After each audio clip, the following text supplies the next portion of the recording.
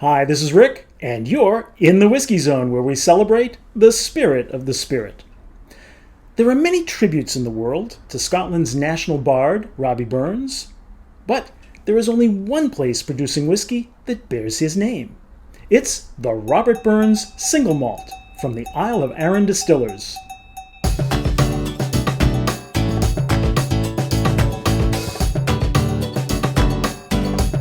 For those of you unfamiliar with Robbie Burns, and if you don't know of him, that's okay. You just might want to research the name before admitting that to a Scot.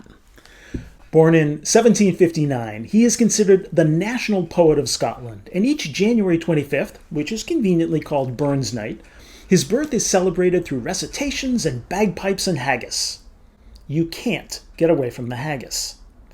The Arran Distillery is the only whiskey company to produce a single malt with Robert Burns' likeness and signature on the label. A right given to them by the World Burns Federation, I think mostly because they were the closest distillery to Burns' birthplace of Alloway. From a marketing perspective, it seems like a winning combination. So let's see if the rubber hits the road with this one. This non-age statement whiskey has been matured in American ex-bourbon casks and ex-sherry hogsheads. At 43% ABV, the bottle states there's no color added, which is good. However, the non-chill filter designation seems to be glaringly missing, although my online research suggests that it is.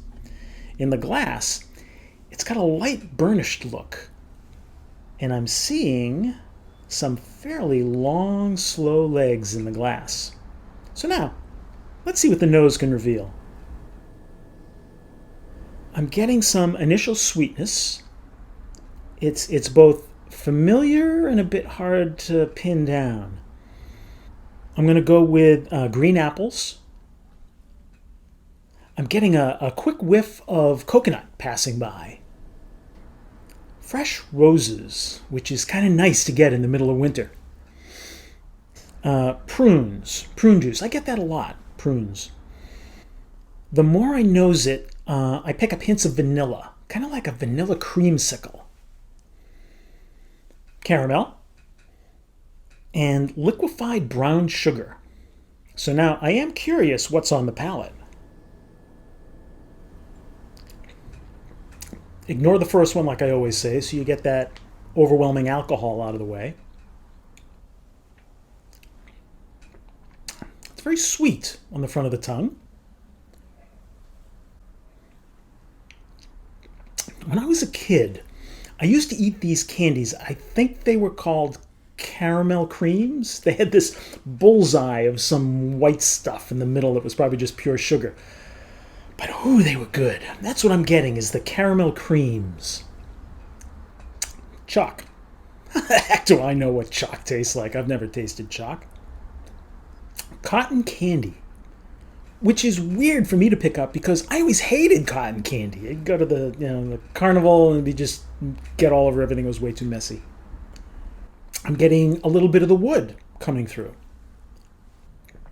And there's this very light cinnamony taste dancing around at the back of my throat. With an unassuming 43% ABV, I see no reason to dilute things with water for this tasting. We're doing Robbie Burns straight. The finish is not especially long on this one. I get a nice mellow zing that fades really fast, followed by a not unpleasant, chalky malty taste. Unlike the sometimes complicated Robbie Burns, there's nothing too complicated about this pour. It's a smooth drinking whiskey that's sold at a very reasonable price. It doesn't hit you over the head with anything dramatic.